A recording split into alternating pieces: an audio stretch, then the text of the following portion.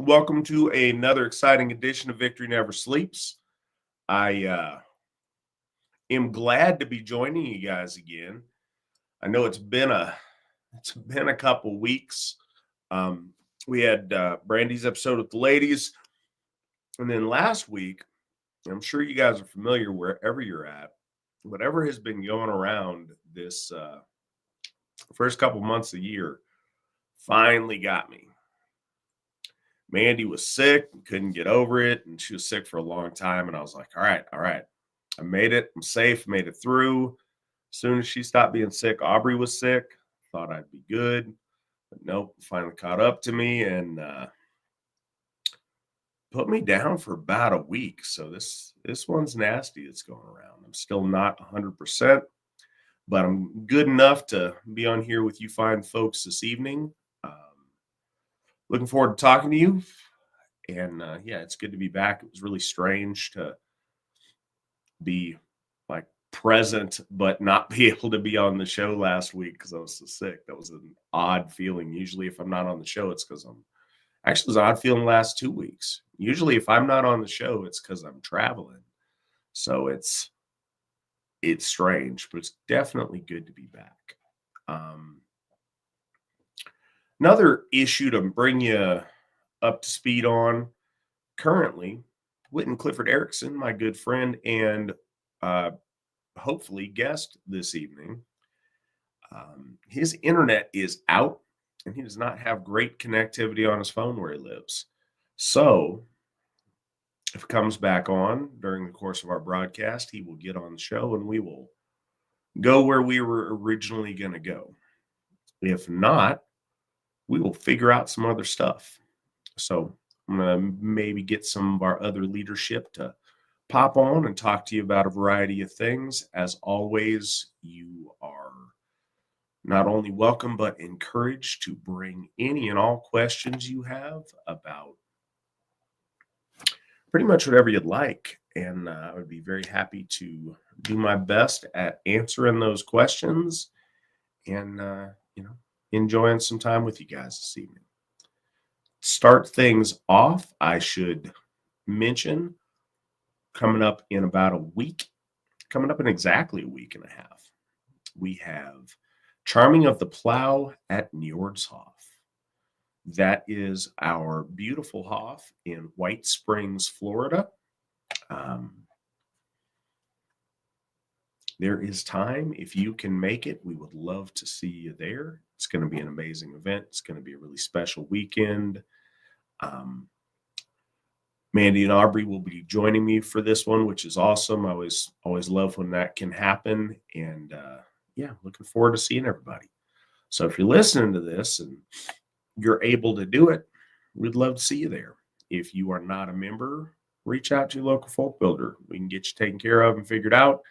And it'd be nice to meet you there. And maybe this is probably the best time if you're near that Hof to come and check it out.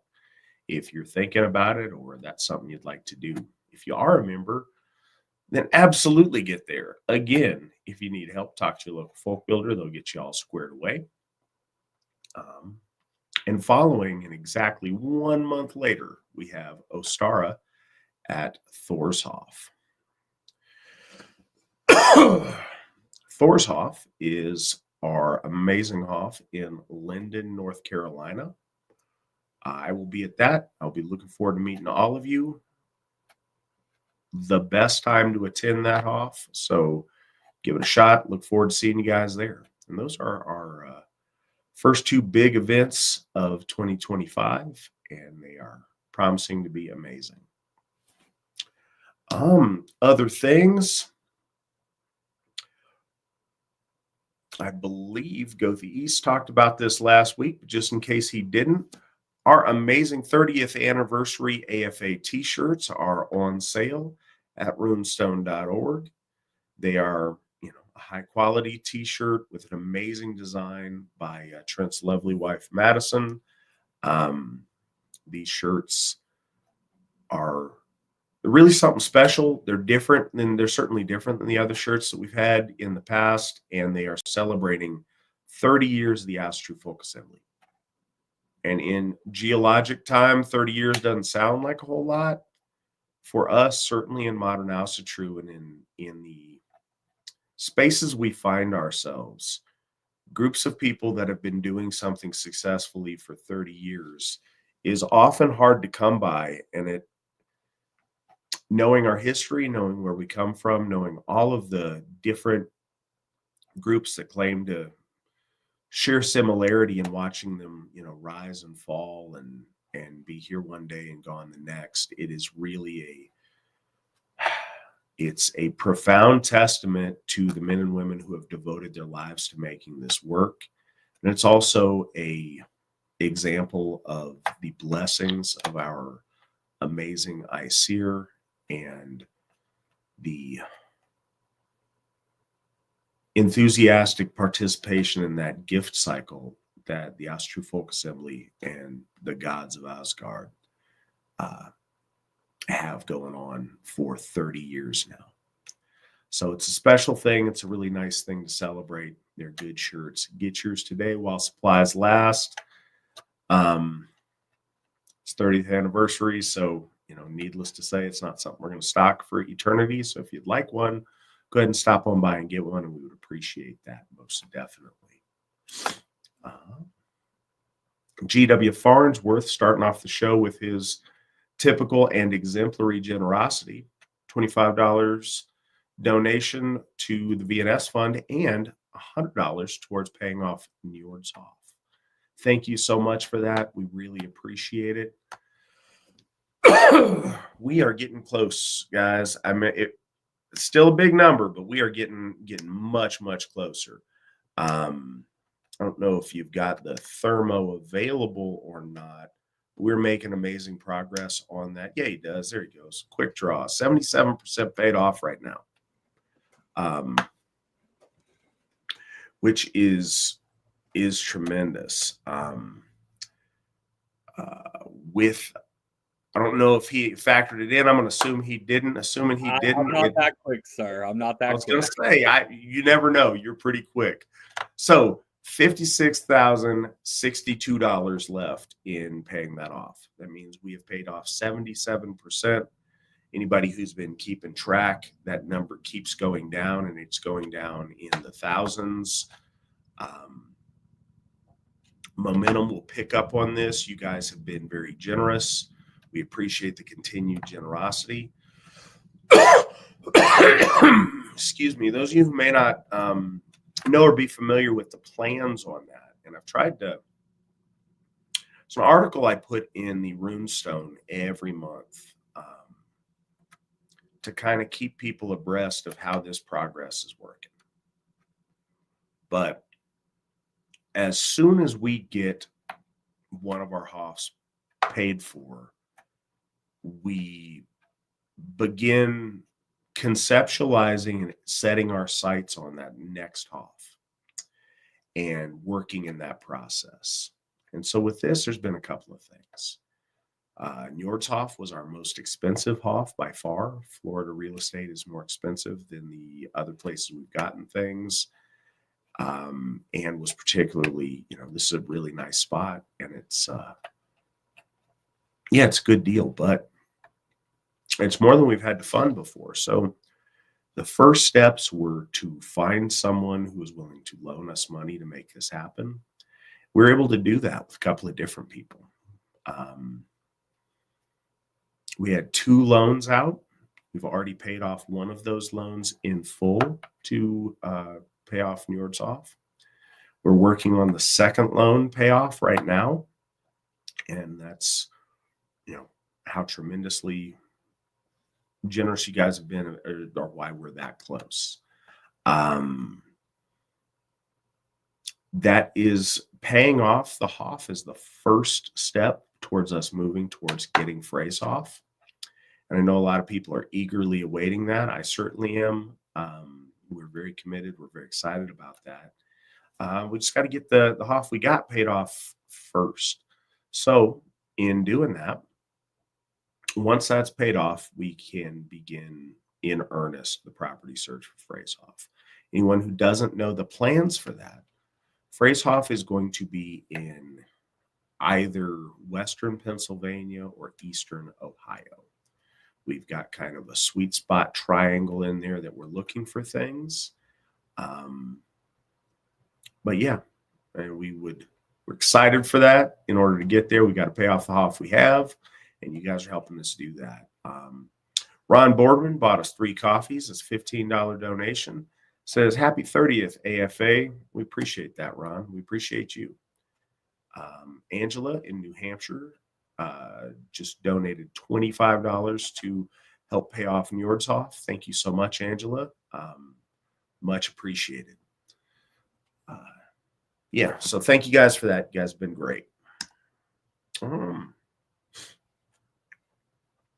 Keep hoping Cliff's going to pop on here, but I don't know exactly how likely that is with whatever he's got going on there. So, as I said earlier, playing a little bit of an audible on this and figuring some stuff out. Please excuse my coughing. That's been a big part of my sickness this past a little bit more than a week. Has been a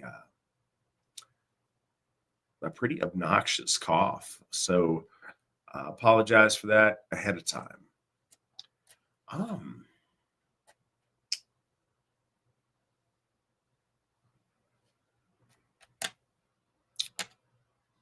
So stuff to do. I'm trying to think of where to come at you guys. And I think what we're going to do,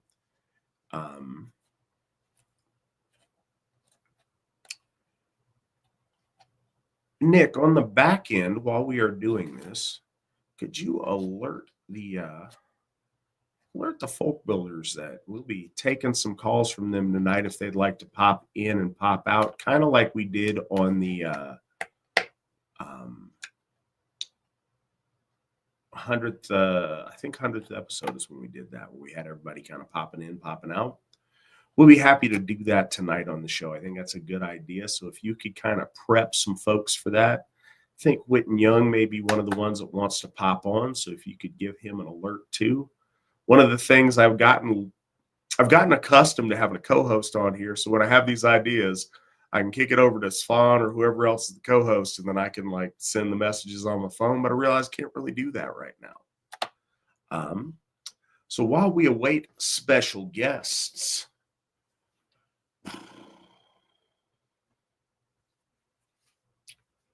one thing that I kind of wanted to mention, and I thought a little bit on this, and it's a complicated. No, I'll hold off. That's something I wanted to talk when Cliff's on here about because it's part of the subject. I apologize. That was a tease.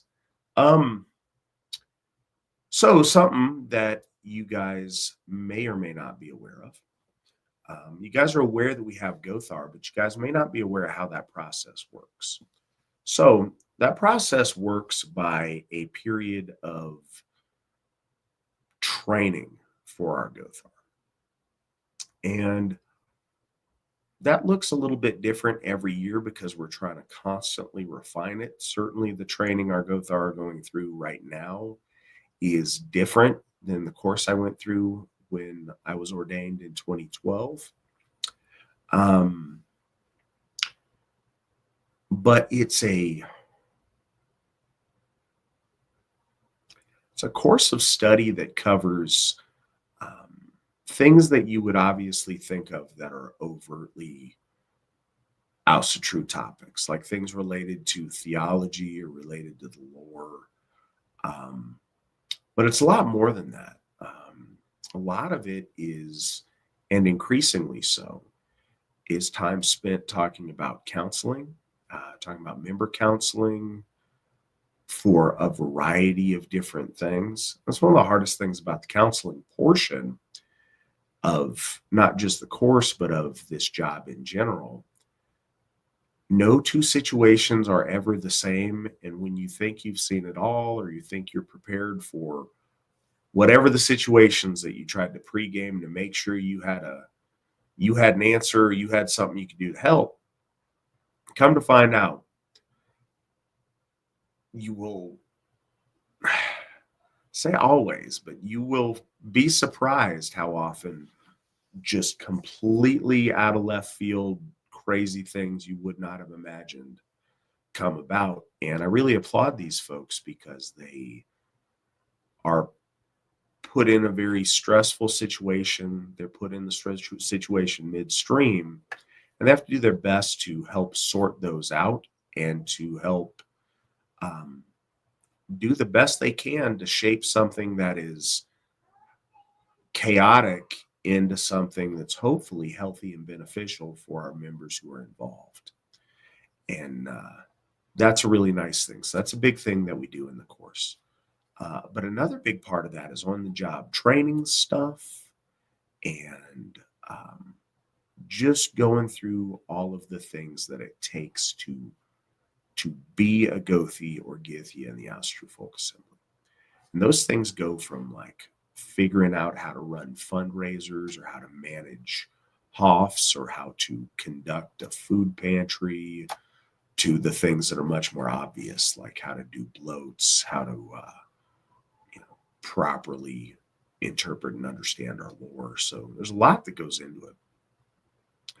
And I try to get folks to ask questions in there on things that that they wonder. One of the things I'd like to, and yeah, I'm rambling and killing time here because hopefully I get mystery guests popping in. But until we do, I'm just kind of stream of consciousness going on some things. Thank you, Sarah. Sarah just donated $20 to help us pay off Newhart's off. We appreciate that. So one of the things I was saying was there's this process trying to get people to ask questions. And that's kind of what this show was based around and evolved out of. And it's not incumbent on you guys to provide the content, although it super duper helps. But one thing that I did want to say is I think people think that there is a certain selection of what questions are appropriate to ask and what questions you just don't for whatever reason. And yeah, if the reason is the question is just rude or vulgar or something, then sure, this is not the time or place for it. But if it's a genuine question about anything, your Gothar and me in specific, we're very happy to answer whatever that question might be. And sometimes we think questions are too simple. Sometimes you think a question is maybe overly personal or maybe somebody might take offense at it. Unless you're trying to be offensive, I don't think that's the case. Certainly not in my instance. And we're very happy to answer anything that you might have, anything that might be on your mind that's at all relevant to any of the things we talk about. And with Asatru being a holistic religion, not just something you do on Sundays, but a way that we live our lives, those questions go into broad and diverse areas of your life. So please always feel free and encouraged to ask any questions that you might have. We have a question that kind of stacked from last week. My friend told me that there was a VNS episode that addressed this touchy issue. If it was a while ago, could Matt and the guests talk about what we should do about ancestors who have left this world with a reputation of poor deeds? Sure, and I see Nick's got a special guest. He's welcome to bring her on when you can pop in these guests whenever you would like, Nick. Please feel free. So that said, to this question from last week. So, I think that there's kind of two classes of ancestors. Let's say there's three. There are your ancestors who or who people maybe still living in your family knew. People who you have a lot more familiarity with, depending on your age and circumstances of your life and your family's life. That's aunts, uncles, parents, grandparents. If you're really lucky, your great grandparents. Then we have, if you've done research, if you've done genealogy, if your family is one of those families that preserves that information and tells those stories, then you have maybe even a couple of 100 years worth of ancestors that you know a little bit about. You may know their name. If you're really lucky, you may have a picture. You may have seen their tombstone. You may, if you're super lucky, have a story. So they're a little bit more known to you. But then all of us have countless generations of ancestors beyond that their names and their stories are lost to history.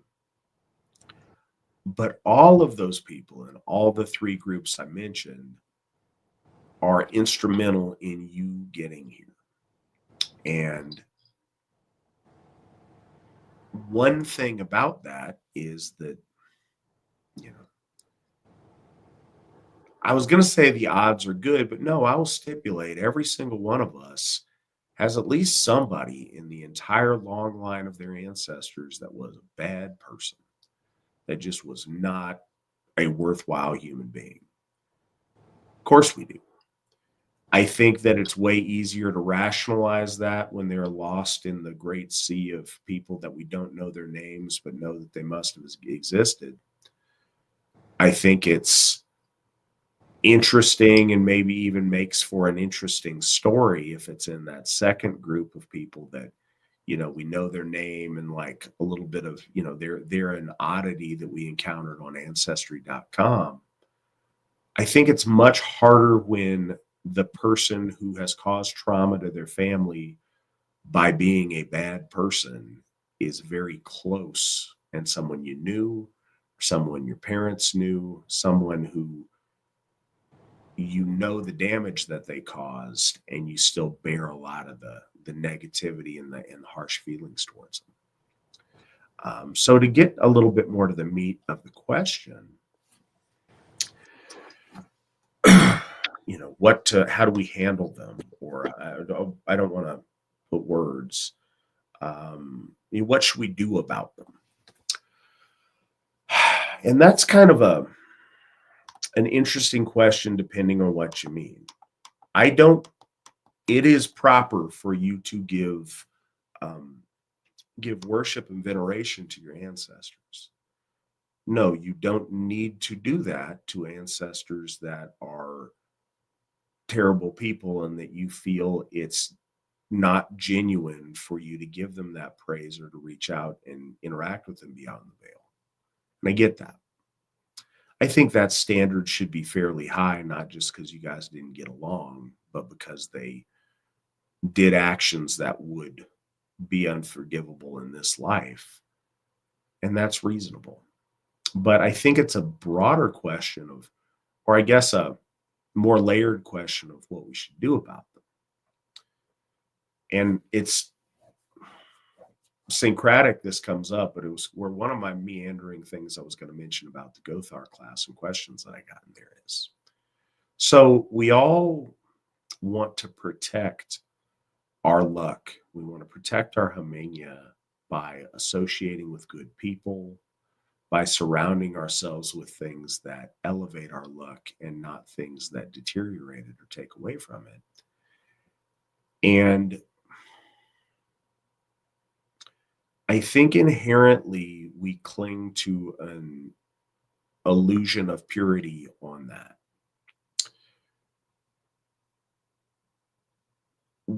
Our faith doesn't have an erasing function in it.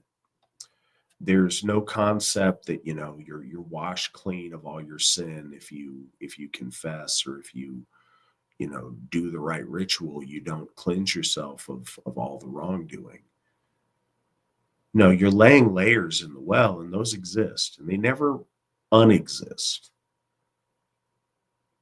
But we're also a realistic faith and a practical faith.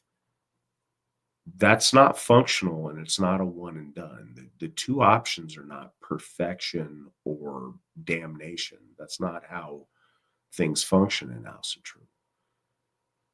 If your Haminya is bad because of your own actions, because you have been a miserable human being or whatever you've done, even if you've done that as a lifestyle course for years and years,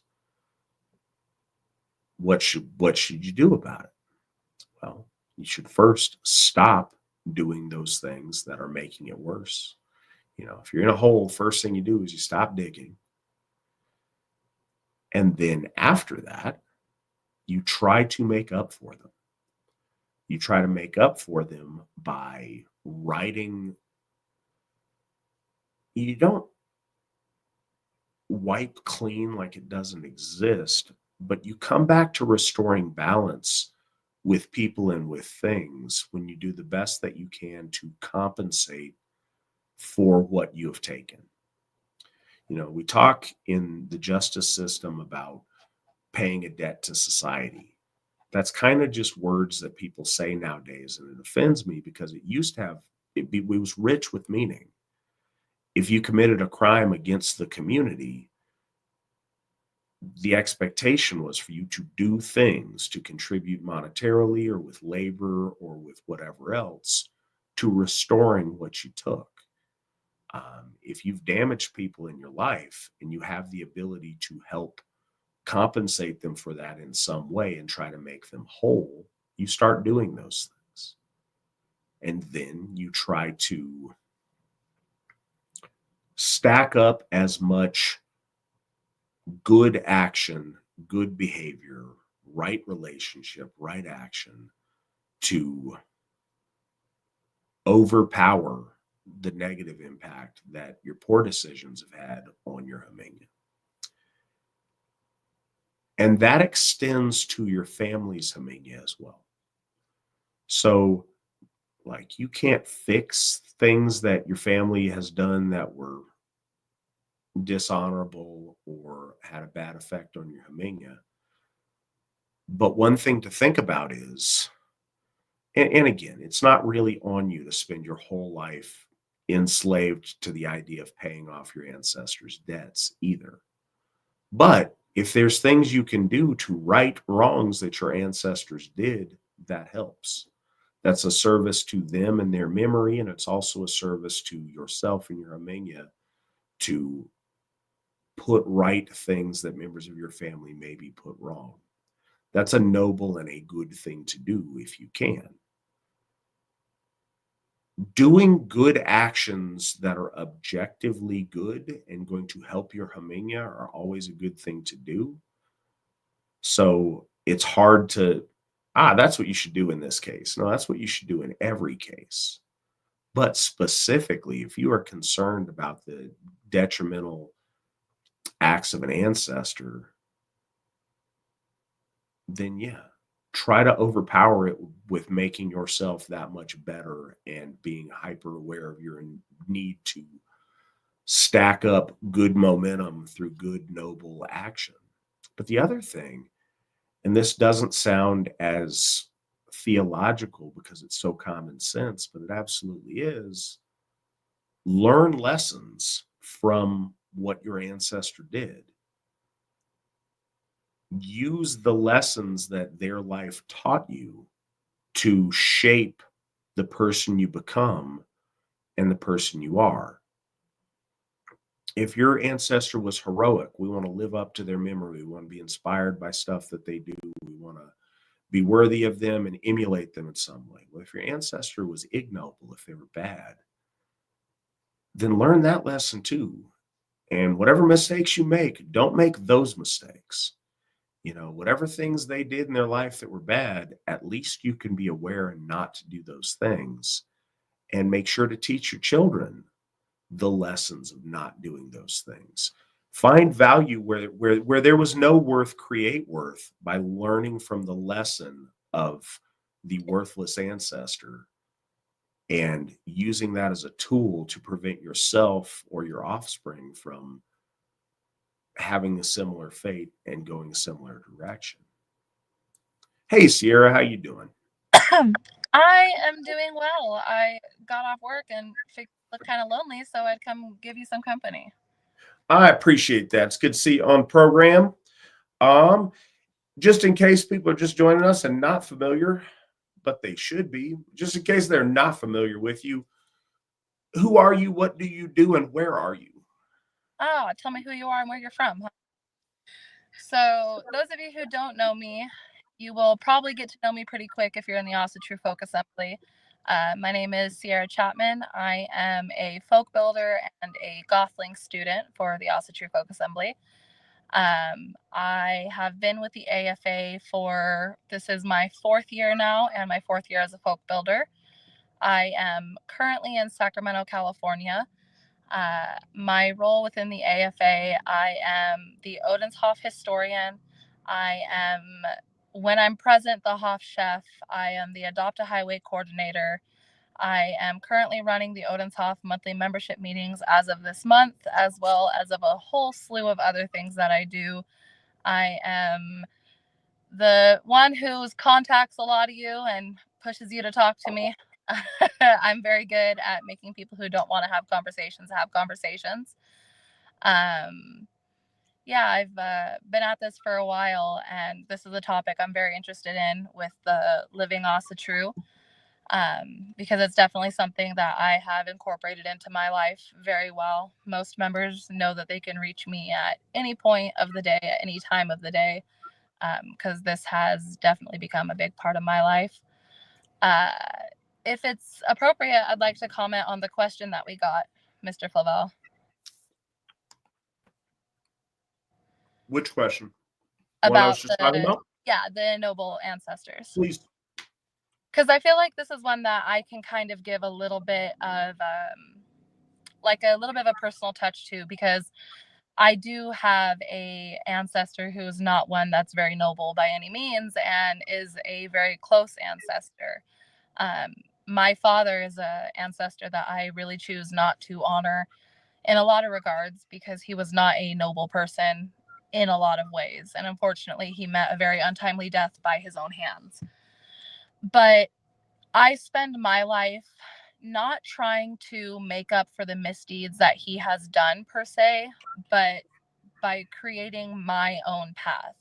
Yes, he is my father, but I am not him. My actions are not his actions. And so by leading a life that is one of nobility and piety, I am kind of disproving that I am my ancestor. His group luck is tied into me, and I do reap the repercussions of it at times when people come across me and realize that he was my father. But I'd say about 75% of the people that you talk to who know me have nothing but mostly good things to say about me. And so that turns into, I am repairing the Haminya within me and my family and starting our own legacy. So when I eventually pass on and my kids have to talk about me as an ancestor, they're going to be able to say, like, that was my mom. My mom was the one who you guys all knew, who did these great things, instead of my mom was just like her dad. So I recognize that without him, I wouldn't be here. But in the same regard, that's about where the story ends. He helped create me as a living being, but he did not help create me as a person, because he was not around. So I do recognize him, but I don't give him honor. He doesn't have a place on my ancestors' wall. I don't speak his name hardly ever. My children don't know that he was my father. They only know my stepdad as my father. So I think realizing that you are not your ancestor and you're not responsible for their misdeeds, you're responsible for your own deeds, is kind of paramount to repairing the Haminya within yourself. So, something else to think about, and this is one of the really important takeaways if you have a recent ancestor, maybe one that's still even alive, that has affected your upbringing and traumatized you in some way. I think we've all heard the expression that hurt people hurt people. But one of the things that is particularly tragic is that people who suffer abuse, especially at an early age when they're still formulating kind of how their brain works and how they process society,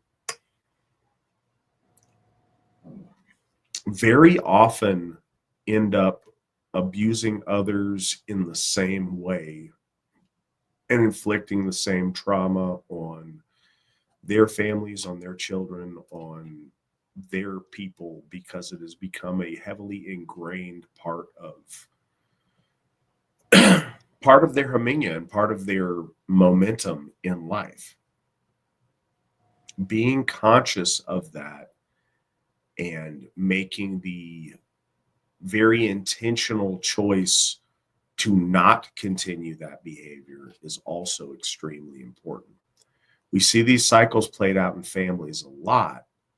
I think all of us do in different ways. And some of those ways are, fun, happy things that you notice that you do, that your dad used to do, that your grandpa used to do, that are, innocuous, no big deal.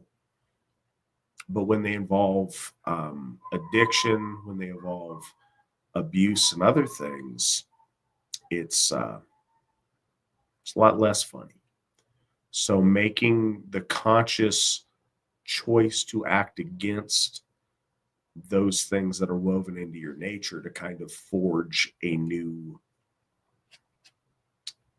orlog for yourself and your family is a challenge, but certainly something worth doing. And I don't know if that's the initial intention of the question, but I think it's something worth saying and something that people contemplate. Angela asks, what kind of interactions have you had with the whites, like the house whites, land whites, etc.?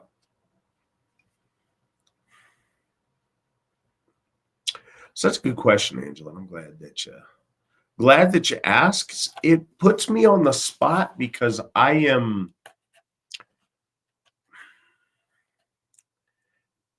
that has never been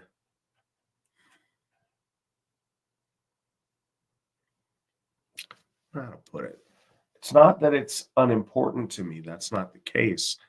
But it's never been a heavy focus of mine, or one that is one of my go-tos on things that way, or a way that I perceive stuff that often.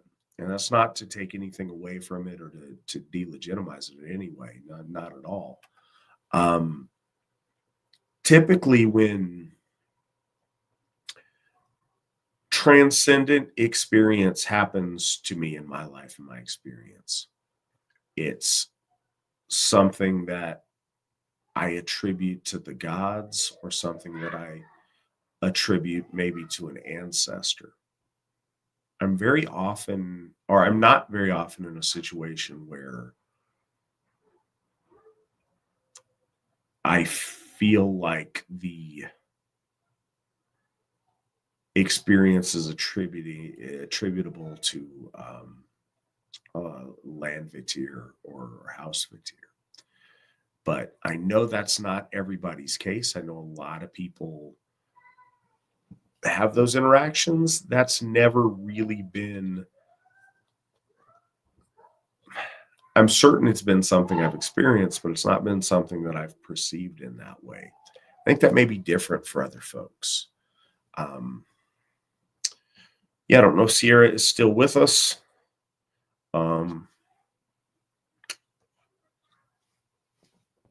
But she is not. She's not on the camera, so we're going to act as if she has disappeared for the moment, which is fine. Thank you, Sierra, and you're welcome back when you pop back on, if you do. Eric asks, does Asatru have objective morality? A friend of mine is a hardcore Christian, and that is one of his talking points lately. I think that's because of prescribed punishments on Nostrand. So I don't. Sure. But I think that when people use those terms, they mean different things to different people, or people certainly have different preconceptions on what those mean.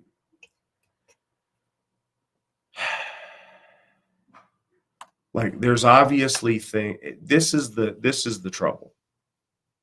Yes, we do, but being realistic, a great deal of the way we would phrase our morality is very situational, because we're not removed from situation.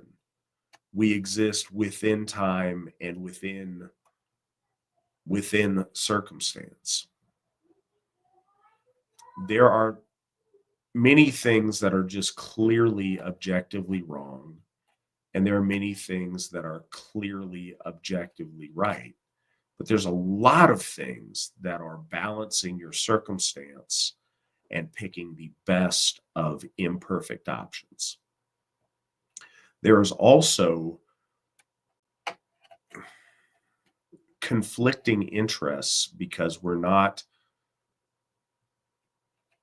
Okay, so I'll say this. Something that is objectively wrong is neutrality. We exist within a context, and not taking a side, being aloof from life, and being neutral all the time, that is objectively wrong and ignoble.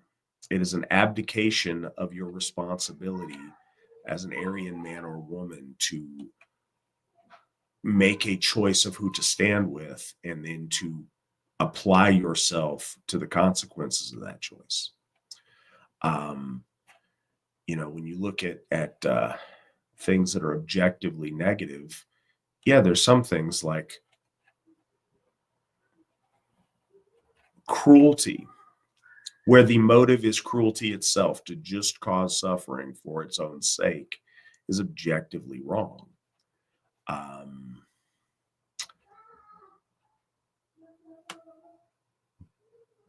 Betraying and abusing things that place their trust in you, especially when those things do not rival you in some way, is objectively wrong. Like, there's a lot of things, but it becomes much more nuanced. We get silly when we express our morality outside of subjectivity, because the more we do that, the more we remove it from real situations.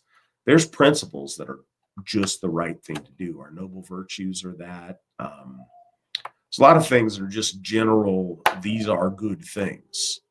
But again, as I was mentioning earlier, in life, you often have to balance two unfavorable things, or you have to choose between two conflicting sets of interest, to where it's a lot more agency to making those decisions. And I think in some other systems of belief, they act as if those very real circumstances don't exist, and their expectations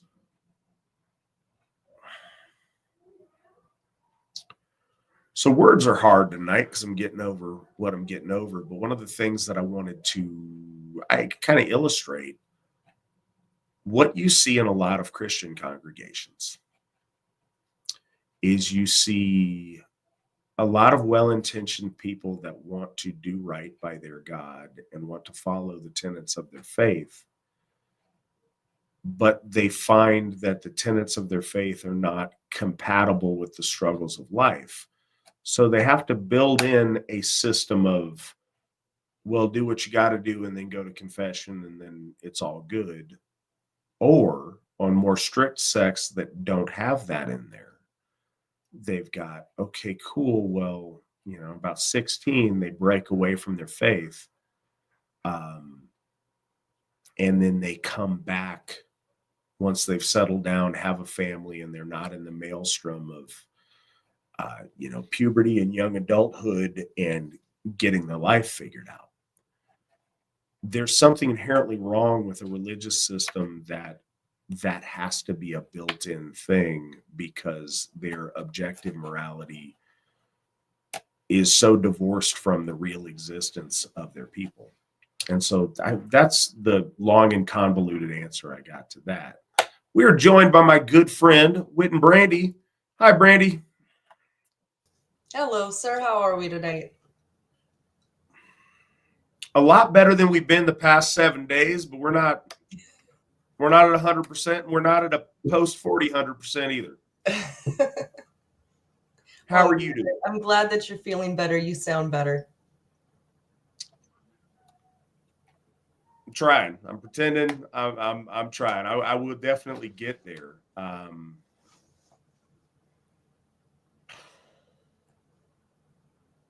Mike donated $50 to pay off Nordhoff and $15 to VNS. And he bought a shirt. Thank you, Mike. We appreciate you. Well done. Thank you, Mike. So what you got going on? Is there anything you want to share with the people this evening? I'm just here for the party, sir. A little bit of a party. I got a beer, and when I go off screen, I'm eating some Costco shrimp cocktail. So I will celebrate that. But that's kind of the party we've got going on. Not partying at the Ericksons because they got no internet. Oh no, our IT guru doesn't have internet. That's suspicious. Indeed. We got Brandy there, or we've got Sierra there sitting in her car. Hey, Sierra. I make sure I can do this wherever I can. So we're in my car partying with a C4. Okay. If you're behind the wheel of the vehicle, C4 is a better option than what I'm consuming. Be safe out there, folks.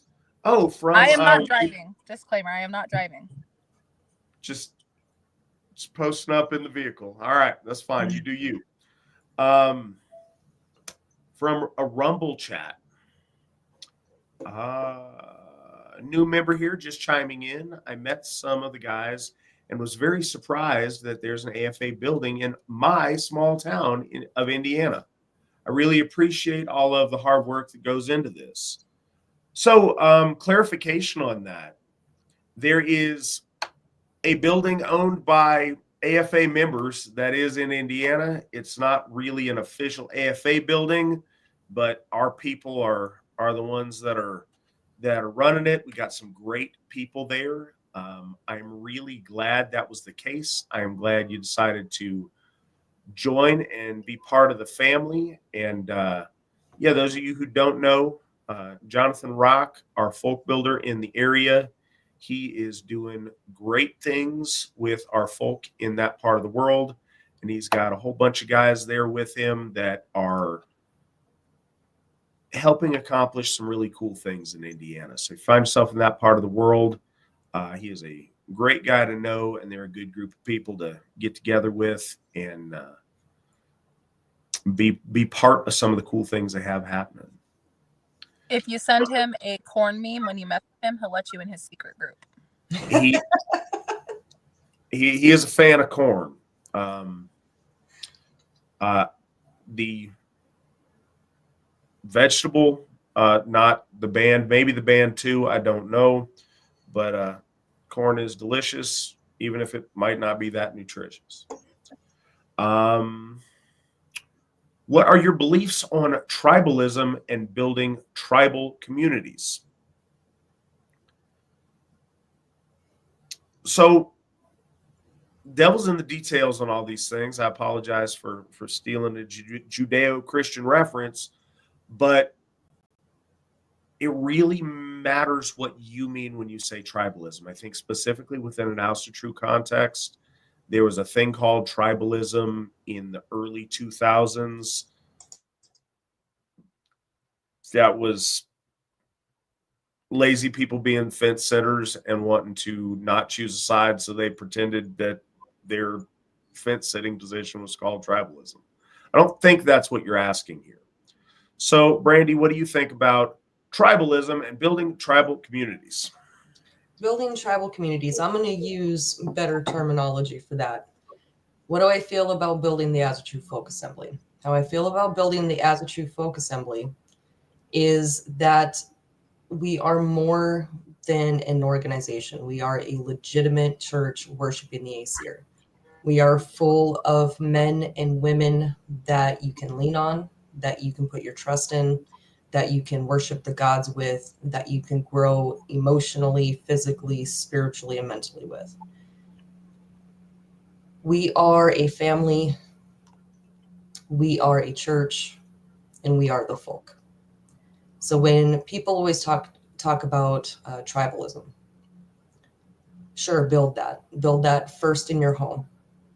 Build that with your family, your children, your parents, your husband and wife, your brothers and sisters. Bring all those people home. Join in the same spirituality, join in the same core values, the same traditions and culture. Start there.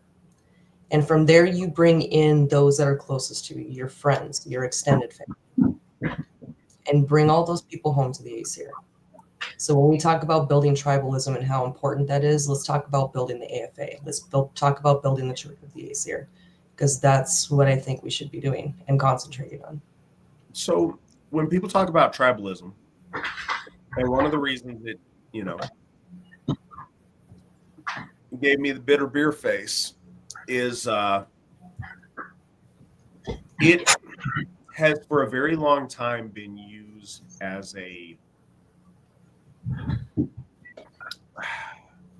like a code word for non-participation in bigger things, and we don't need anybody else. Let's just do it, me and three dudes in my backyard. We can dust off the camp chairs, we can see what kind of deal they've got on the rotisserie chicken, and we can go back to comfort. And that's not a worthy goal. When you talk about tribes, there's no 3-person tribe. That's not real. When people are like, oh, me and my tribe, and it's like 4 people, that's not a tribe.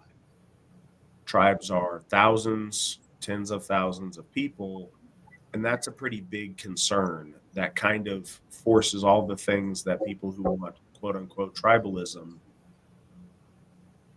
don't really want to be involved with.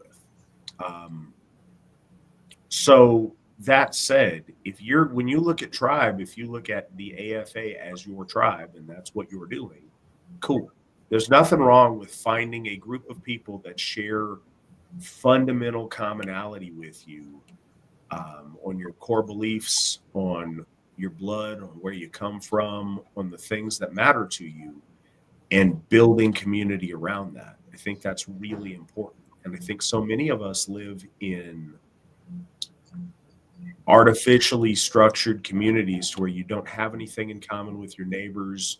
You don't have anything in common with your city or your state or wherever. You just happen to live there. And some of the loneliest people in the world are surrounded by perhaps millions of people within just a few hundred miles of them.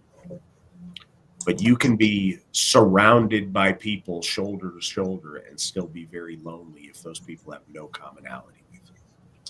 So in that sense, yeah, get on board, build the AFA, be part of our tribe. This tribe's doing really cool things, and we would love to have you with us. And this tribe is dedicated to worshiping the IC. Can I comment? No. Yes, of course you can. Can I comment if I say my opinion is not the Asatru folk assemblies? No. No. What I was going to say is when it comes to tribalism, like nail on the head with saying the AFA is the tribe.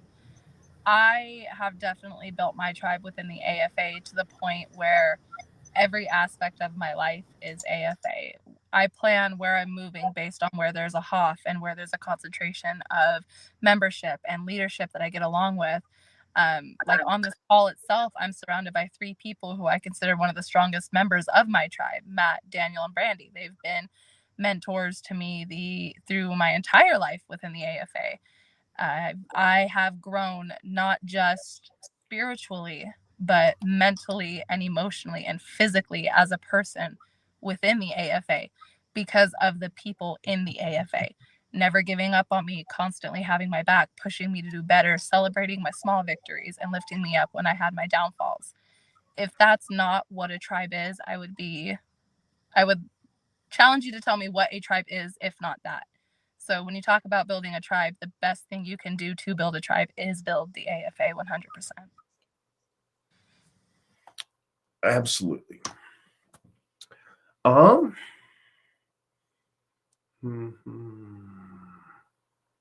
Okay, so in the spot on the side where Nick throws questions for me is also a whole bunch of crosstalk on guests and stuff I'm sorting through, so I apologize. No, that's like almost exclusively that. Goodness, guys. All right, here we go. Matt, have you noticed an increase of criticism of Christianity and its kosher origins among the right wing on social media these days? Yeah, first, yes, absolutely. That's trending now.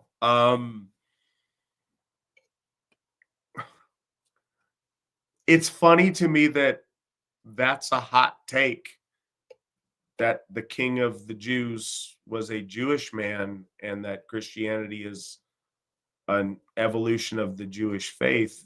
That hot take is 2,000 years old. So, but yeah, some guys are just getting the memo, I guess. Better late than never, but yes, I have noticed that uptick. Daniel, have you noticed that uptick? And welcome.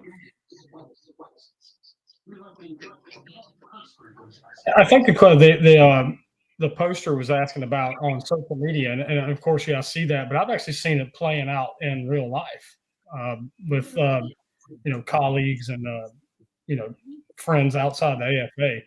I've seen that uptick a bunch here in the last, I'd say, 12 months. That the idea that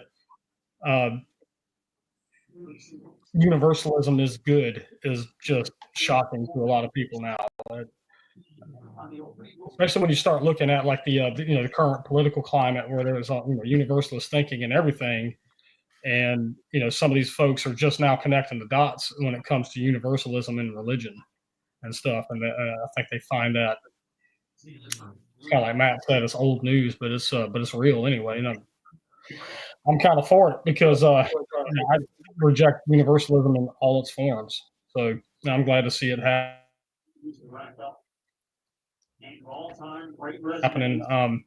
What I'm seeing happening though is the growth of the mega churches, especially in the where I live at. The small congregations are falling down and closing up and all that, and everybody's moving into these like mega churches where the pastor doesn't know a third of the people in the room, and they're just passing the collection plate, and it's like half SmackDown, half rock concert, and all that stuff, and there's like zero personal or spiritual connection there. So that's sad to see. All right. Well, welcome. We're also joined by another guest. He's joining us from somewhere in the Alps. Welcome. Go through Rob Stam.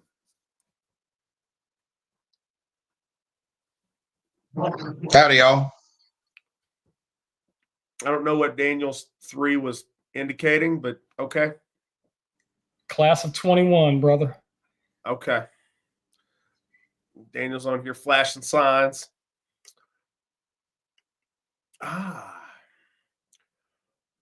So Scott Thatcher says, Matt, are there still ceremonies that we practice animal sacrifices? Who on the call has been involved in an animal sacrifice? And I think a lot of things need to be clarified on what that means. Yes, there are still people that sacrifice in a traditional way. Most of those times, those people are involved in some way in the raising and processing of animals. I think people have a really strange idea in their head of what that means to different people, and it's a very important clarification. There are some faiths to where an animal sacrifice is the ritual slaughter of an animal and then perhaps leaving it out, or perhaps offering all of it onto an altar or into a fire. And it's about the killing of the animal. And there's some religions around the world that will do very elaborate animal sacrifices of large numbers of animals. And for lack of a better, I don't want to say waste it, because that's not the point. The point is a spiritual exchange, but not make temporal use of the meat. So the animal sacrifices within Asatru have always been about the communal sharing of a meal with our folk and our gods amongst the participants. There's nothing, I understand the idea of an animal sacrifice sounds very odd to a modern audience, but a lot of things come with weighted language that we're used to. The slaughtering of an animal and the respectful processing of that animal and consumption of that animal by a family or a group of families is, what everyone has done since the dawn of time to eat every day, if they are in any way carnivorous or omnivorous. That's a big part of life, but it's a part of life that so many people are very far removed from. But in the sense of an animal being slaughtered and the meat being used for sacrificial feast, that's, I would say it's fairly rarely done, but that's something that does on occasion still happen, and is a special thing when done right. If you have the time and the place, there's something about the process of processing an animal or animals for that purpose that kind of brings the whole folk together in doing that. There's the initial skinning and butchering of the animal. There's, depending on how it's prepared, often the ladies in the kitchen cooking the meal together, or the men gathered around the grill preparing the animal. There's a really cool and special and spiritual process involved in that. I think everyone who is a hunter understands that. I think, many people who are involved in farming or even hobby farming on a small level are aware of the sacrality of that. So it's not something I want to treat flippantly or freak people out about, because it's not about that. And it's certainly not about killing stuff or like being macabre. It's a really sacred, occurrence when it's happened. So I used to have a farm, and I would butcher my animals frequently because I raised my animals for food. And every time I butchered my animals, in my eyes, that was a sacrifice. And so I used every part of the animal. When I drained the blood, it got put back into my soil. The entrails got given to my pigs. The carcass got used to make soup with later, and the meat got used for eating, and the feathers got used for art projects. Every part of the animal had some sort of purpose. And so I think sacrifice is kind of treated as if it's a naughty word, but it's not. That animal was sacrificing its life so I could gain something from it, and I in turn made sure that every part of the animal was used in a respectful way. It's because silly popular TV and movies of the last 40 years have, I don't know, socially incompatible, angsty kids torturing pets as a sacrifice motif. And I think it's really instilled that negativity in a cultural context. And that's really unfortunate, because that's not how it's supposed to die. Like the animal, its life is going to end at some point. So instead of it ending because it got eaten by a snake or something and it's unusable, I think using it in a sacrificial way to provide for your family is much more honorable for that animal than just letting it kind of rot away, essentially. Well, absolutely. But we do need to be aware that we've got a lot of words in our society today that are emotionally charged and people just react to. And the more we go on about that kind of stuff, the more people, if they don't really want to investigate or think more about it, they're reacting to a word or a concept, and you lose them very quickly. So it's important that we are really clear on what we mean when we say certain words and what it implies, because it may mean a very different thing to a lot of different folks that are listening or paying attention. So here's a question. Has anybody seen any good movies recently? If not, what was the last movie that you watched? Brandy, you seen anything good lately? If so, what was the last movie you watched? The last movie I watched was Flight Risk, and I'm not going to call it good. I'm going to call it like 90 minutes of absolute angst and anxiety, and you're screaming at the movie screen the entire time. Like if she would have just shot the guy to begin with, we would have not have had all these issues on the plane. So Flight Risk with Marky Mark. She should have shot him from the beginning. It wouldn't have been a problem. There you go. Okay. Don't tell me. Don't tell Mama. Okay. I'm not hiding. Okay. All right, Sierra. Have you seen anything good lately? And whether you have or you haven't seen anything good lately, what was the last movie you watched? Me and my grandpa watched 13 Hours again. It's the movie about the Benghazi soldiers. It was the first movie my grandpa took me to see in the theaters, and so like every once in a while when we're together, we'll watch it. I'd say it was a good movie.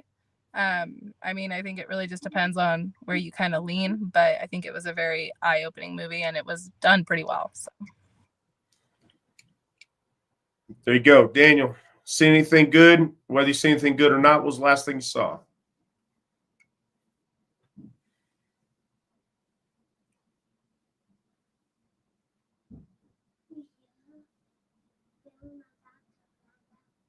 Right. Okay, we're going to try again. Daniel, what'd you see lately? Anything good? If not, what was the last thing you saw?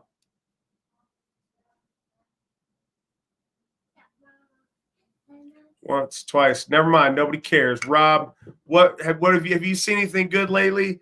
And whether you have or haven't, what was the last movie you saw?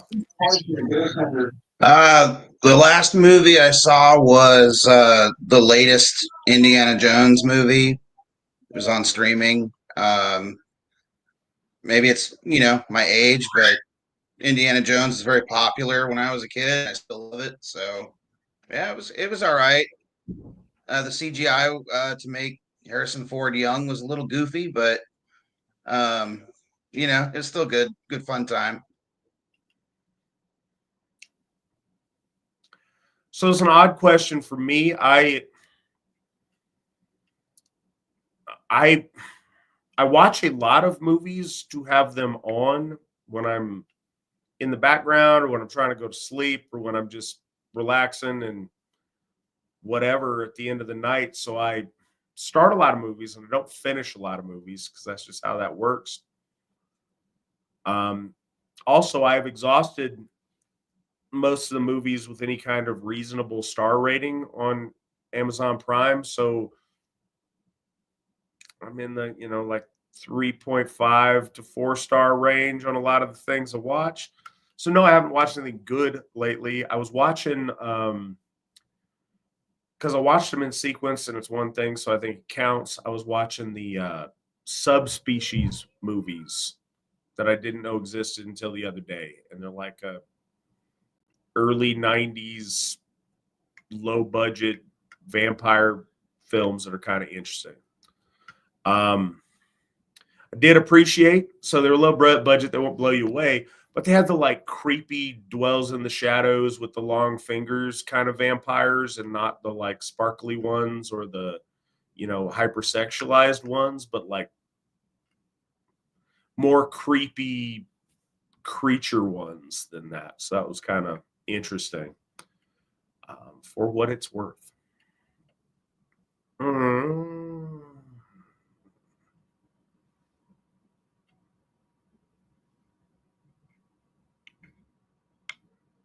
Okay. So from Twitter, we have, how are you doing there?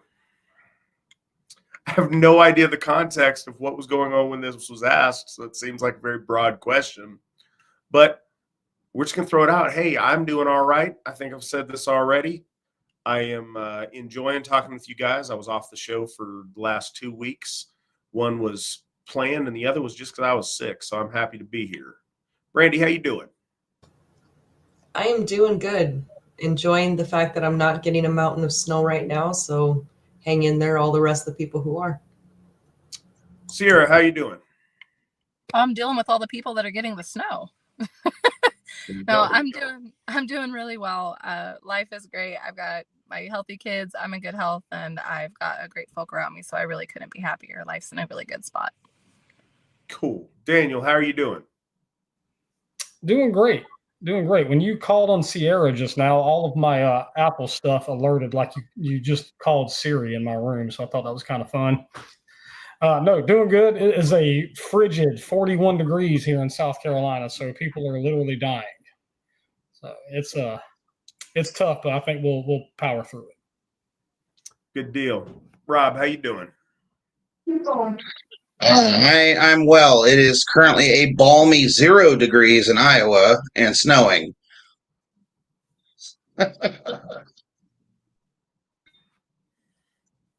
All right. Question from Matt. Are you aware of a group called the OMTO, the Occidental Templars? If so, what are your thoughts on the religion of Arianity and its goals? I found their book trilogy wonderful, really. So I feel bad because no, I am not familiar with that, nor that religion or book trilogy. No idea. Anybody else on the call familiar with that? So I do not know. I appreciate you asking the question. I will definitely Google it when I'm off here, just out of curiosity, and maybe have a better answer for you next week. But I really appreciate you asking. I'm sorry, came up with no real meaty responses for you. Okay. From Chris Lucat, what is the best home cooked food you guys have had recently?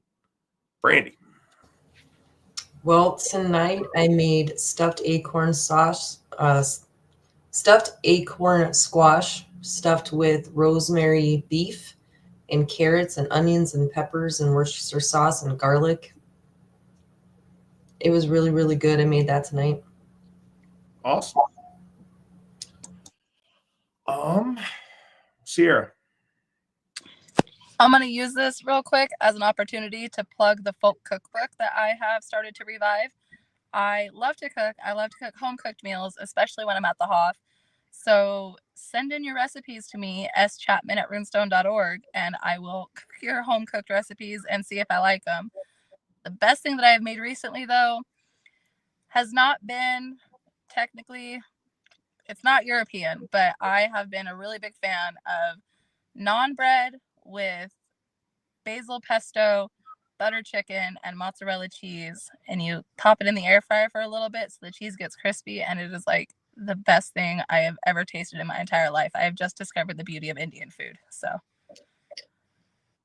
Well, congratulations. It is an amazing journey, and I wish you well on it. Indian food can be fantastic.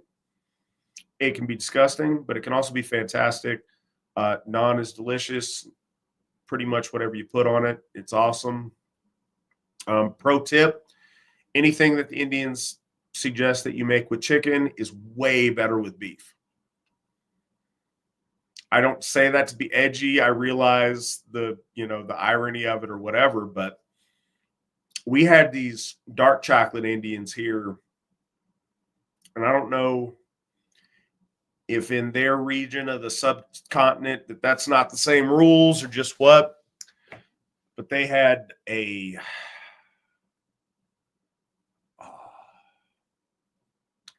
They had a special beef curry, and they had like a beef korma that some of the best Indian food I ever had. And I mean, these guys, these are some dark chocolate Indians. So sure, there's something regionally there where they're cooler about eating the cows, but it was awesome. I digress though. Daniel, what's the best home cooked thing you had recent? I had a 16-ounce ribeye 2 days ago. It was pan fried in butter. That doesn't get any better than that. That beef curry, I think it was beef curry at that Indian place that we all stopped at in Minneapolis when it was you and Mandy and Heather and I. I think it was beef curry. It might have been the beef whatever. I'm not schooled in Indian food, but that was absolutely delicious. Good deal, Rob. What's the best home cooked meal you had lately? My mom makes a killer runs a casserole. It's like a German dish. It's most Midwesterners should probably be familiar with it, but it's amazing. Love it. Excellent. Speaking of Midwestern things, I'm gonna throw in a bonus that I have not had in a long time, but it's awesome. Tater tot hot dish is amazing. Everyone should eat tater tot hot dish. I'm kind of upset that I just thought of it because I want to eat tater tot hot dish and have none in front of me. But yeah, it's absolutely amazing. It's not something my people were raised on, so it was really cool when I found it, and I love it, and it's amazing. Best home cooked thing. Note for record, the recipe that I gave Mandy is the one that she cooks. I gave her that recipe. It's my tater tot hot dish. Okay. I brought Well, there you tater have it. tots to the Hoff, I think 2 months ago to make a casserole, and we have somebody at our Hoff that's a Midwesterner. They thought I was making tater tot hot dish, and they got so excited, and I had to break it to their heart that I unfortunately am a California girl and have no idea what tater tot. Okay, so pause for a sec. Sierra, make that at the Hoff. Give it's me a not- recipe and I'll make I it. was not, okay, so you figure that out. It's not an expensive thing. It's a good budget thing. It's a good Hoff thing, and it's delicious. But if you make it, I got to eat last, so keep that in mind. I will be genuinely sad. I've had a couple of good things lately. So around here, we eat a lot for utility. It's funny. I try to, keep my stuff on my macros diet of where I'm at, and so does Mandy. So we don't really sit down and eat a lot of home cooked meals a lot. So we do that when we have people over for any of my once a month we have a Allsherjargoði dinner over at my house, and I just invite any of our AFA folk that can come over, and we try different stuff. And I always like trying to cook something different. Had a really good like chicken bacon Alfredo pasta thing we did this last time. Mandy, because of she has a anyways, she doesn't have celiac, so she's got a thing where she can't have gluten. So I am really surprised how good gluten-free pasta turns out to be.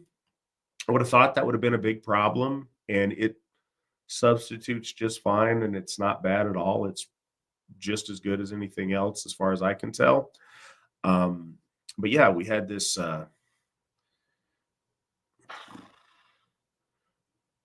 I was inspired by something, I think, on a Facebook recipe that ended up in my feed, and then I just Googled it. Turned out awesome. It was really good.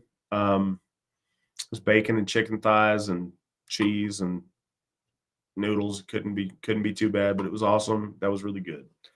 So that's what I got. Catholic dinners are fun, but just make sure you look at the menu before you go. Otherwise, Matt will try to serve you ground beef, sauerkraut, mashed potatoes, and banana. Okay, so stop. That is an ancient cultural dish from Frisia. They're traditional bananas that they grow there. No, but I did look it up. Actually, that comes. So bringing it back to Asatru, one of the things that I used to like to do, and I say used to, it's still a fun thing to do if you remember it, but often our heroes that we celebrate with our days of remembrance, often they're from the same cultures. So it gets kind of, it's not as unique to do the one-off. But King Radbod specifically was from a different location than all of our other heroes at this point. And so one of the things we were trying to do when I was having people over for dinner at the time was, cook something culturally from that area. And yes, I realized they did not, the ancient Frisians did not have bananas, but the modern ones do and seem to like this recipe. So I was looking up, those kind of recipes, and I found this, and I wish I had it with me still because I can't pronounce the name, but it basically translates to sauerkraut and bananas. But it's cottage pie because ground beef. You could make it a shepherd's pie if you had ground lamb. But it's basically that with a layer of sauerkraut and a layer of bananas. Just try it. I promise. Just try it. I know, but just try it. It's awesome. I really, really enjoy it. There you go, Nick, with the quick draw with the translation on there, or with the original term. I don't know how you pronounce the U with a little arrow over top of it, but there you go. These are your people, Daniel. How do you pronounce that?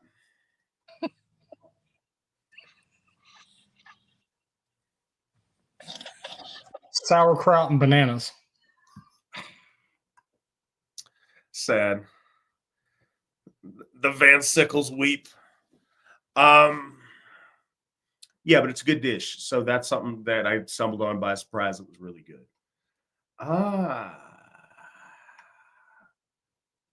He also served pig face. Oh, I served pig face. Blame that one on Swan. It's a really good idea, but it's way fatter than I would think it would be. It was delicious, but I could only eat a few bites before I was just overloaded. It was just too much fat in one place. It was awesome, though. Looking over here, I don't see other questions. Anyone who has joined us this evening, do you guys have anything that you want to talk to our folk about while you are here? Because some of you are not here as often as others. So if you got something you want, hey, Rob, tell us stuff. You know what? Rob, give us an update on the Ásatrú Academy, if you would. It's going well. We're hard at work. We just started putting together like middle school, so 7th grade, which will be out this fall.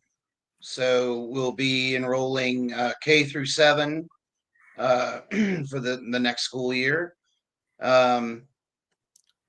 Nick probably can tell you the exact amount of students. He's kind of my go-to with the tech and the admin. Or Sarah, but Sarah's not on. We've got over 30 students though. Things are going well. We're coming, towards spring, so that gets exciting. And getting the kids all ready to move on to the next stage. So we're going a lot faster than we had originally anticipated. Now that we're kind of getting into the higher level grades, though, we'll be slowing down and probably putting out 1 grade more a year instead of 3, just because there's a whole lot more work that goes into it. But things are going well. We always add to the grades that we already have as well. We never stop trying to improve and add programs or curriculum that we find that are going to benefit our students. And as Nick put up there, we got 39 current students. So yeah, the academy's doing great. When we started, we had less than a dozen, and now we're up to 39. So that's good. And we always encourage parents, if you have any questions, reach out to us. We'd be more than happy to answer that. And the big thing that we tell parents, especially if you're kind of on the fence about it, if you've never homeschooled before, it can really be kind of scary to start homeschooling. And myself included, it was, I don't want to fail my child, or I don't want to screw them up. I'm not a professional teacher, et cetera, et cetera. We have education coaches. We have, folks that really are experienced in homeschool. Our education coach, Rachel, she's been homeschooling her children for many, many years. She's very versed in it, and she's there to help you and kind of get you over those fears. But you don't have to be a professional teacher to successfully homeschool your child. And you also don't have to dedicate, and this is where a lot of parents, I think, also fear, 6 to 7 hours a day of instruction. I think that's a hurdle that a lot of parents have. They think, oh no, I don't have 7 hours a day, 8 a.m. to 3 p.m. that I can dedicate to this. But that's really not the case with homeschool. And when you think about it, in public school, they're there 8 to 3, but not nearly that much time is spent on actual real instruction. A lot of it is social education, which we don't want. A lot of it is learning to follow rules, or walking from class to class, or recess, or learning to sit upright, things that we don't really need to do in a homeschool setting. So, and a lot of parents also don't realize that everything you would normally do with your kid is an opportunity to learn. If you go to the grocery store, there's an opportunity to learn, and you can log that as educational hours. If while you're in the grocery store, you talk about nutrition, you do addition and subtraction, that's math. There's all kinds of opportunities in just normal everyday life to actually learn, and you can count that as educational time. So I think that's a big hurdle for new homeschool parents, or parents that are on the fence, is they're worried about time that they might have to dedicate to it. And they're worried that they don't have the expertise, the knowledge, like a professional teacher would, to teach their child. But with our handbooks and our activity books and all of our curriculum, we help you with that, and it's not as scary as it seems, I promise. And if you do have questions or fears, reach out to one of us. We'll be happy to talk to you, and be happy to put you in touch with our very experienced education coach, who can really help you get over some of those fears that a lot of new homeschool parents have. And we're doing an Asatru Academy field trip. I don't know if Rob's talking, but his microphone is muted, so I'm going to talk. We're doing an Ásatrú Academy field trip Sunday, February 23rd in St. Augustine. We are going to an alligator exhibit, and it's going to be really fun learning about alligators and their life cycle, their eating habits, and how we can kind of focus on our animal husbandry with them. And we're going to have 2 native Floridians at least with us who can tell us cool little gator facts. There you have it. No, all that sounds amazing, Rob, and I'm really proud that you're doing that, and that so many families and so many kids are getting involved in it. For folks that may not be aware with the concept of the Ásatrú Academy, our members, people have come to us and wanted some sort of a homeschool alternative for their children for a lot of years, and getting the right folks in place who are willing to take that on has been that's been a challenge. We've got some great people doing that now, headed up by the dean of the Ásatrú Academy, go through Rob Stam here. And I knew the importance of this before I had children. Certainly, this has been I don't know, probably at least a decade that people have really wanted this, but especially as a father, I'm very, very glad that there's this option here. What Rob talked about, as far as like the biggest hurdle, is parents being uncomfortable or like just unsure. Like, is this going to be legit? Can I do this? Is this going to count? Is this going to be a real thing? What if I don't know what I'm doing? I don't want to mess up. Nobody wants to mess up where their kids are concerned. And especially the same people who are very worried about things that have gone on in the American education system, and are the same people that are very worried about missteps with their children, and not following some rule of the government's, and having horrible things happen. this is a really nice thing to have some people able to hold your hand through it and to help you figure out what the requirements are in your state, how to meet those properly, and how to do this process. Because you can do this. And as parents, if you're able, I would really strongly encourage you to do it. There was a time where the concerns were about quality of education or concerns about socialization or concerns about a lot of things. We are now in a point where there's very real concerns about the things being taught to your children in schools, about the values that you have worked very hard to try to instill in those children being intentionally eroded in those schools. And oftentimes, very real danger in those schools because of variety of issues. But yeah, I think we all know there's a lot going wrong in public schools in the United States. And you may find yourself in an awesome public school. And I'm not trying to bash on public schools, public school teachers. My mom was a teacher. She taught first grade for about 30 years. She taught a couple of other grades in between there, but it was mostly first. And again, she had a very long career in it. Public education was really important to my family. But things have taken a very dramatic turn in some really negative ways. And if you're in a good spot where it works for you, it's your family. You're going to make the best choice for them. And that's great. But if you want to homeschool your children, if you feel that that's important and something you want to take on, we want to do our very best to be here for you to help you do that. And that's what the Asatru Academy is all about. If you've got something that's working for you, great. If the Allsherjargoði Academy can help that or, fortify that or add to that, fantastic.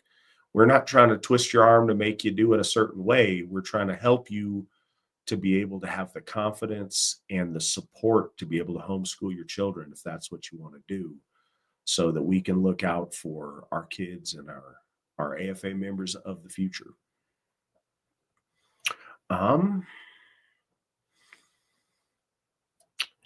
Aiden asks, how to cook pig face, Matt? We have pig heads. We have a pig's head we don't need. So when I get off here, I will ask Mandy to see if we got the same recipe. There's a lot of, I think it's Filipinos that do a lot with the pig face. And so you'll come up with a lot of those recipes. Our recipe worked really good. We made like a pork katsu sauce for it that was really good. The katsu sauce was awesome. So those are the options. But if you look, you'll find a bunch of different recipes as far as just stuff. And it's not a lot of recipe. It's just kind of on how long to cook it. And, if you want to season it beforehand or brine it or what you want to do. I cooked 2 frozen heads. Like I said, it was really good. It was not, the texture was awesome. It crisped up great. It was a really cool thing, but man, it was just so much fat so quick. But yeah, give it a shot and then get back on here and tell us how it goes. And like I said, if I find the recipe I used, I'll certainly send that your way, but no guarantee on that. Sarah says, Whit and Brandy, what do you do on Wednesdays to strengthen your Asatru practice? On Wednesdays, I have Wednesday devotions, and those are set aside for each one of the Aus, so their Ausinir or one of their wives. So today is the 12th. So today is a day that is a devotion to Sif. I give offerings, read lore about her, give her flowers. That's what I was about to do before I popped on here and what I'm doing as soon as I go. So I actually have a specific prayer that I do on that day to whoever we're doing that to, but I do that on Wednesdays. So that's always been one of our family traditions that we did. Wednesdays were for devotion and spirituality. Yeah, that's something that I've always done. There's a schedule that we've been posting on there that if you want to follow along with us and get all of those days of devotion in, you can go ahead and follow along and help us build that big bonfire of faith. If you want to join us in that, that's in Spiritual Excellence group in MeWe. So if you are not on MeWe and you are a member of the Asatru Folk Assembly, you are missing all of the fun stuff and all of the important groups and all of the cool updates. So if you're not on MeWe yet and you're an AFA member, please do that. Contact your folk builder if you need help. Another thing I just want to mention, it's cheesy and it sounds cheesy to say, but it's the thing. Wherever you are consuming this, like, share, subscribe, do stuff. You guys helping us boost algorithms and helping us with word of mouth is really important, and it moves the needle. If you know people in your life, at work, at school, in your hobbies, on any internet group you nerd out on, whatever you've got, there's a lot of those people that might very much want to be involved in the Allsherjargoði Folk Assembly or might just enjoy this program. Maybe not this episode because our speaker was unable to make it due to technical difficulties, but in general, if you know anybody who would find this show entertaining, informational, or just something cool to watch, send them our way. If you find the AFA on any of your social media, like, share, subscribe, comment. We appreciate it if you do. And also, if you are listening to this show for the first time or for the 136th time, if you are a heterosexual white person that would like to return to the gods of your ancestors, you should join us. I think there's a lot of people that want to one of these days. May I suggest today be just such a day? There's no time like the present. We're doing really cool stuff. We would love to have you do it with us. And yeah, like I said, if you're a heterosexual white person who is, interested in becoming Asatru, we would encourage you to join the Allsherjargoði Folk Assembly. That's an important distinction. You don't have to be fully committed and having a deep and sincere faith in the ICER on day one. That's a really big ask, and most important relationships are built over the course of years and not in a flash. We do ask that you take this seriously and that you seriously apply yourself to building those relationships. But it's not as if you need to wait until you feel like this certain spark to join. Often if you join, that's how you facilitate that spark happening. So give that a thought. And yeah, we'd invite you to join us and be with us as we march on into the next 30 years of the AFA. Alexander Casto, an amazing folk builder of ours in Florida, just bought us a coffee. That's a $5 donation. We appreciate that a lot. Apparently some people, even guests on the show, have not been here for the entirety of the show and did not get our update earlier. So I will take advantage of that and update you now. Sierra asks, how much left to pay on the Neuerthoff fundraiser I didn't do a per person breakdown. It's my fault. So how much left to pay overall is, I believe, $56,022, judging by tonight's donations. We're just about there on that. Actually, it's even less than that. We've had 3 donations to the Neuerthoff Fund tonight, actually. So our current number is $55,967.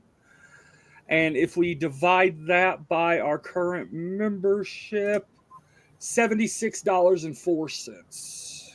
All right. So $77 per person gets that off today. So does $76.50. I was just rounding it up. But yeah, that's where we're at. And that's a lot of progress really fast for anybody who's watched this show for an amount of time. It wasn't very long ago where that number was triple digits. I mean, I think we were stuck at 120 per person for a long time. It's going down and down and down. We appreciate every one of you who's been generous and helped us with that. We appreciate everyone who has been generous and everyone who will be generous in the future.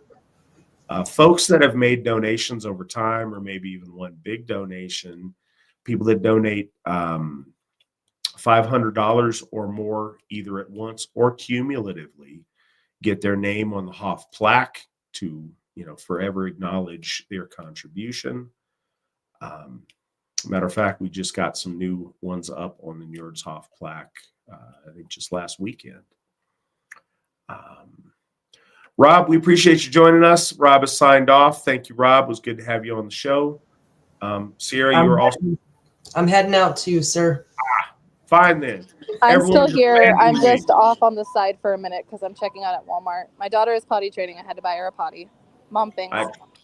There you go. Well, I wish her the best of luck with that for you and your family. No, thank you guys, everybody, for joining me this evening. If we get a couple of more questions, we'll answer them, but it's probably going to be an early one tonight. And honestly, because I'm not all the way recovered, I'm not going to complain about that too much. It's been really nice getting back on here and talking to everybody.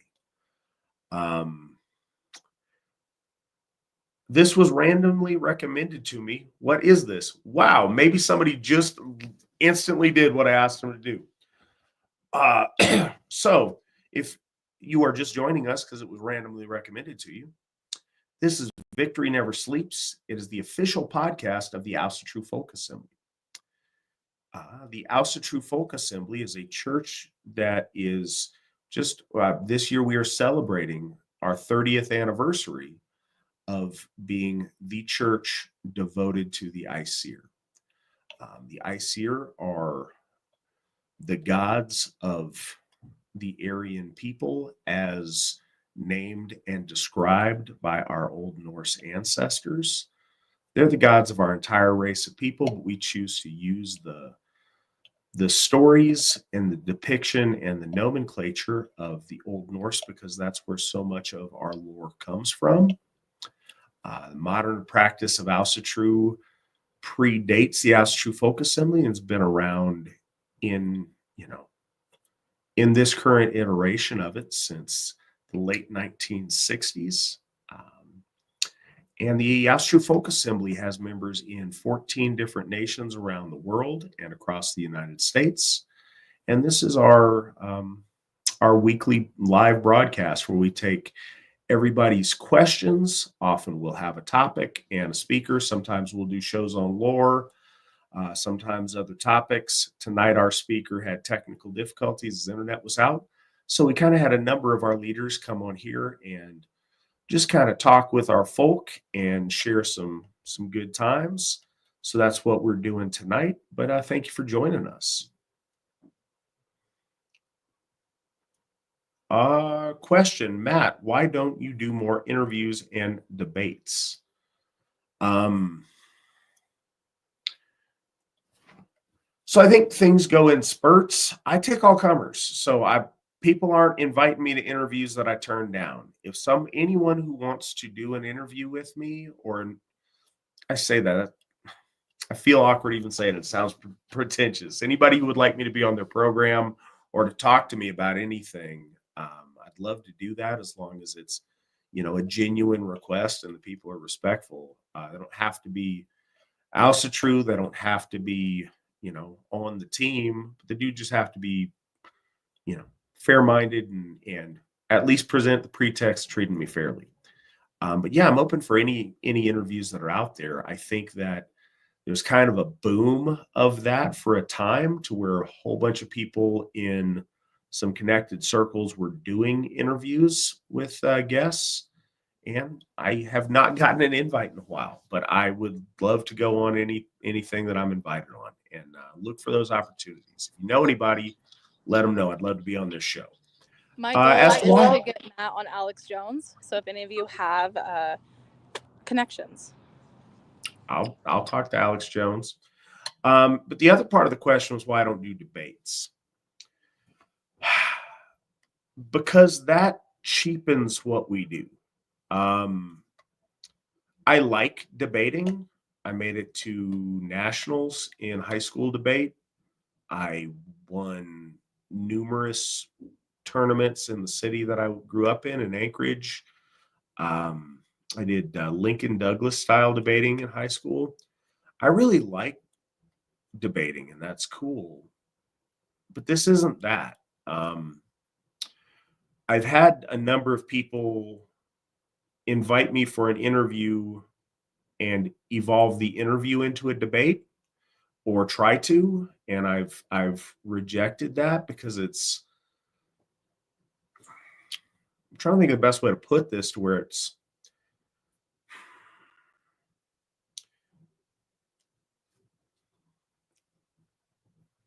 it's not my job to score points in front of a judge or an audience over an opponent. It's my job to present the truth of our ICER and our faith to people who ask or to people who want that. It is absolutely my job to defend our faith to people that would malign it. But it's not a competition where we're scoring points, and you don't evaluate truth by that. And I think we mistakenly find ourselves in that space a lot, where we think that truth is arbitrated by sound bites or by my ability to convince you of something or your ability to convince me of something. Truth doesn't work that way. It's not incumbent upon anyone to present a bunch of evidence for their truth if they're trying to present that to you, or for their faith if they're trying to present it to you. Things are either true or they're not.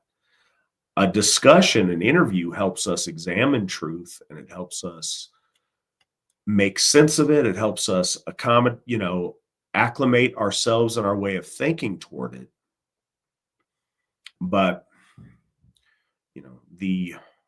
the validity of Asatru is not based on my ability to win a debate with an internet opponent. And I don't want to cheapen it to that. But I'm happy to have a discussion with people of all faiths about it. And if that discussion becomes contentious and they're going to have a point and I'm going to have a counterpoint, that's fine. But I refuse to have it somehow moderated or judged in a debate format. This is higher than that.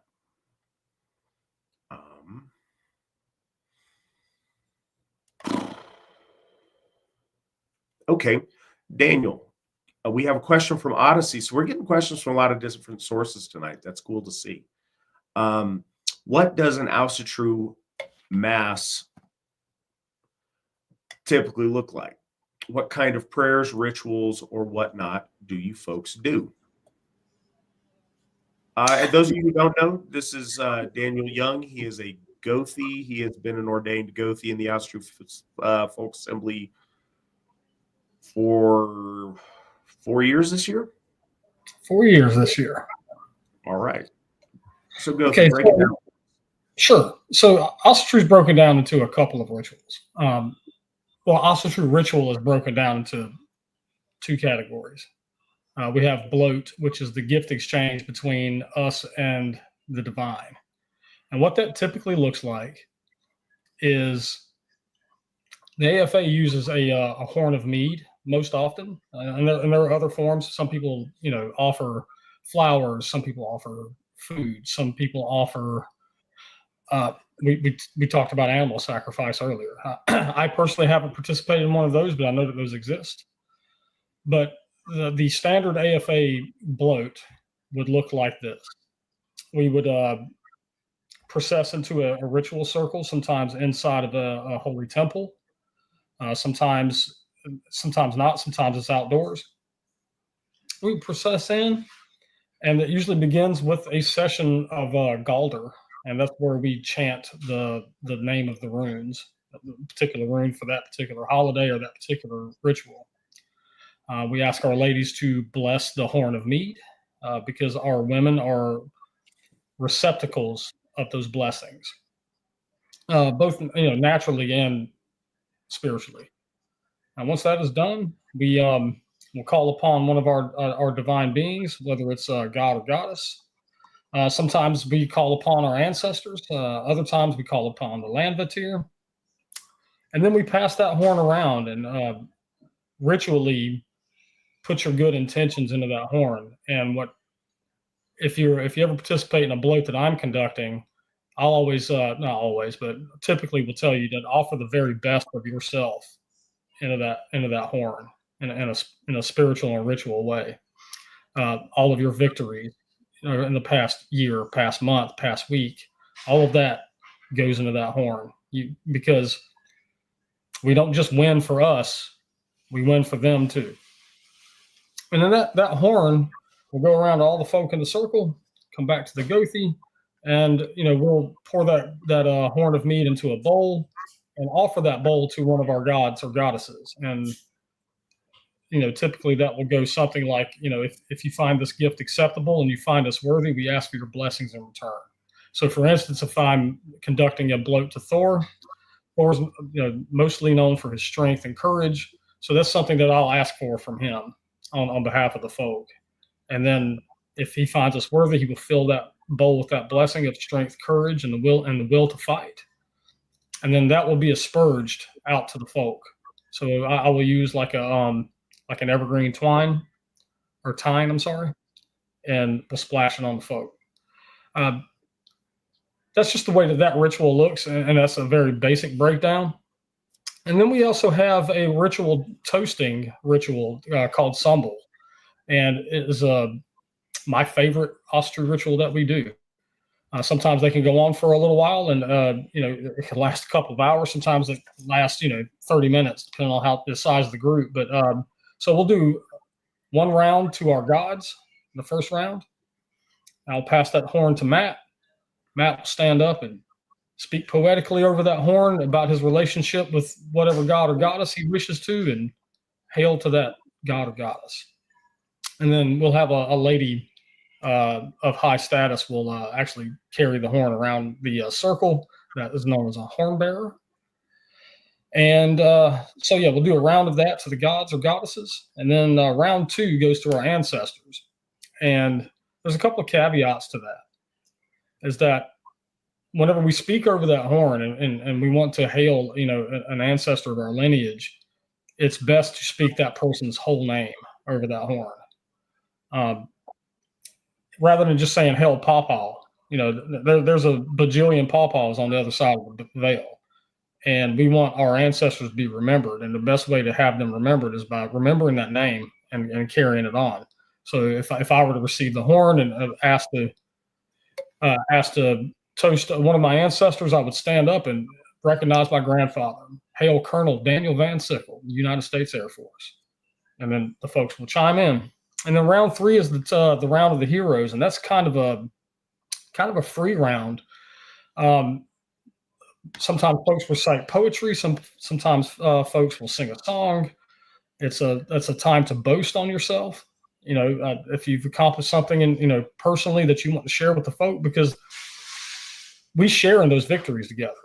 When you win, we win, and works the other way. And sometimes it can be something as simple as somebody who just got their certification for a new position on their job or whatever. It could be I just bought my first house, or I finally asked her to marry me and she accepted. That's a good time to do that. It's also a good time, and it's most often practiced this way, where you might toast someone alive or past. That's why we call it the round of the heroes. If you wanted to recognize one of our Asatru heroes or someone that's a hero to you, that would be a time to do that. A lot of times it's it could be folks in the room. It could be folks that have made direct impact on your life. But it's also a time for oath making. And one of the things that we put a caveat on that. So if you intend to go to an Asatru Sumbel and you want to speak an oath in the 3rd round, you need to clear it out with your Gothar ahead of time. And why is that? Well, we want to make sure that it's an oath that we want our luck tied into. If Matt says, round 3, I'm going to swear an oath to climb Mount Kilimanjaro. And if he doesn't complete that, and it would also have a caveat. I'm sorry, I'm speaking sporadically and I don't intend to. He would say, I'm going to climb this mountain by April of 2026. And if he does not do that, then it affects all of our luck, and all of our Haminga was tied into that. So he takes a hit, and everybody in that ensemble circle will take that hit too.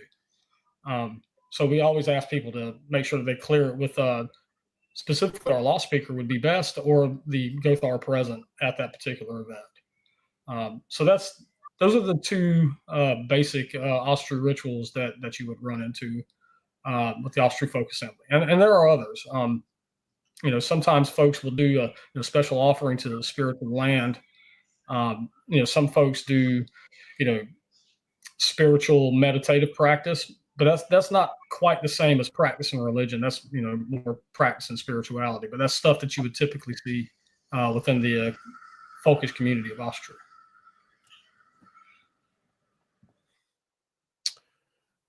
There you have it. I think that was a really good answer, really thorough answer. And you mentioned that you wanted, okay, so I mentioned at the top of the show, coming up in a week and a half, we have Charming of the Plow at Njordshof in White Springs, Florida. Make it there if you can. I will be there. Sierra will be there. It will be a spectacular event. I'm looking forward to it. It'll be awesome. We would love to see you guys there. Followed up 1 month later, we have Ostara at Thorshof. And the man in the center will be hosting that, or he'll certainly be one of the host Gothar at that event. Daniel, you want to tell us a little bit about Ostara at Thorshof? Sure.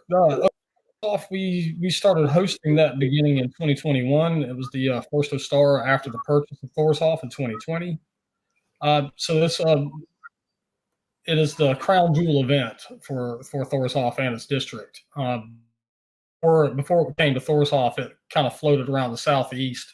It was the first AFA event, major AFA event I ever attended. It's the first time I ever met Mr. Flavel and Svan and Rob and Cliff and Katie and numerous other people. What you can expect to see is the celebration of the coming of the dawn, the coming of spring, the arrival of Ostara. And it's a 3-day event. On Friday, we will begin registration just after lunch around 12 or 1 o'clock. And that day will be culminated at the end of the night. Around 7 p.m. we will host Thorblot, which will be performed by the Allsherjargoði Flavel. And then we'll have various activities going forward after that to kind of close the evening out. On Saturday is when we start Bloat itself, and that is when we do our auction. There will be numerous talks. We'll have folk builder Nick Rock going to give a talk on Alexander Rudd Mills. Law speaker Alan Turnage will give a talk on financial excellence. The Thorshof auction will be at that same time, and then we'll close out Saturday with Sambal, which will be obviously provided over by our high priest, the Allsherjargoði Matt. And then on Sunday, it's kind of a half day. We'll do breakfast and Wayfarer's Bloat. All right. Well, we hope to see you guys there. Frith that exists everywhere, but it's really, Frith is really expressed in Southern hospitality, and you'll experience a lot of that when you're dealing with my wife and you're dealing with most of our ladies. You'll experience that Southern hospitality, and it's not forced and put on. So it's my favorite event. Super looking forward to it, and hope to see you guys there. Yep, we would love to see all of you guys there, and if you can make it, a week prior in White Springs, Florida. We will reschedule the originally planned episode between myself and Cliff because it's an important topic, and I want us to talk about it. I think we'll probably try for that sometime next month. I will not be joined by anything. I will be on my way to White Springs, Florida next week. But we have, once again, Gothi Trent East will be joining Whit and Svan as you guys go over some more of our lore. And I will be back on the program the following week. So look forward to seeing you guys then. Hope everybody's doing well. I hope everybody is staying healthy during this time where many of us are getting stricken by stuff. But yeah, it's been great to be able to talk to you guys this evening. Thank you to all of my guests that came in and joined. There's Sierra. Thank you so much, Sierra. Thank you, Daniel. We appreciate you guys. Yeah, I'll see you guys in a couple of weeks. Till then, hail the ICEER, hail the folk, hail the AFA. Remember, victory never sleeps.